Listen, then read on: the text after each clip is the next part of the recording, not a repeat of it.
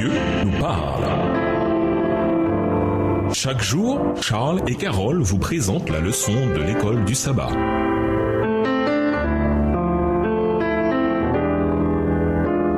Bienvenue dans votre émission Dieu nous parle. Voilà la leçon de vendredi. Pour aller plus loin, l'ange du ciel occupant le rang le plus élevé n'aurait pu payer la rançon d'une seule âme perdue. Chérubins et séraphins ne possèdent que la gloire dont le Créateur les a dotés en tant que créatures. La réconciliation de l'homme avec Dieu pouvait être accomplie uniquement par un médiateur égal à Dieu, doué d'attributs qui le rendraient digne de plaider en faveur de l'homme auprès du Dieu infini, tout en représentant Dieu auprès d'un monde déchu. Celui qui voulait devenir le substitut et le garant de l'homme devait assumer la nature humaine pour être rattaché par un lien intime à la famille humaine qu'il voulait représenter. D'autre part, en tant qu'ambassadeur de Dieu, il fallait qu'il participât de la nature divine, qu'il fût rattaché à l'infini. Il pourrait ainsi manifester Dieu au monde et servir de médiateur entre Dieu et l'homme. Extrait du livre Message choisi, volume 1, chapitre 36, page 301, livre écrit par Ellen G. White. Jésus poursuit. Si vous me confessez devant les hommes, moi aussi je vous confesserai devant Dieu et devant les saints anges. Vous êtes appelés à être mes témoins sur la terre, des canaux par lesquels ma grâce doit se répandre pour la guérison du monde. De mon côté, je serai votre représentant dans le ciel. Le Père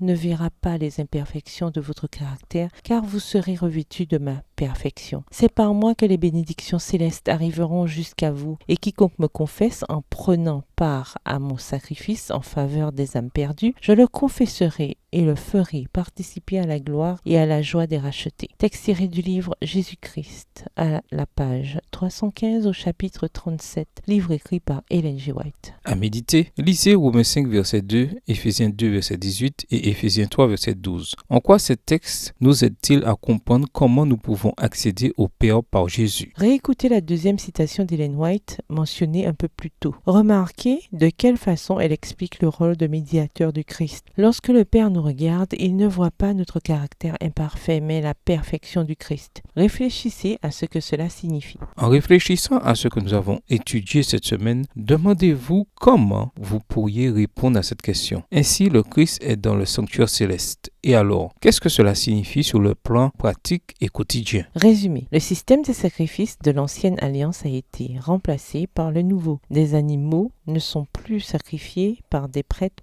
pécheurs dans un sanctuaire terrestre. Mais nous avons maintenant Jésus, notre sacrifice parfait. Il nous représente devant le Père dans le sanctuaire céleste qui constitue la base de la nouvelle alliance et de ses promesses. Au revoir. Et à demain si Dieu veut.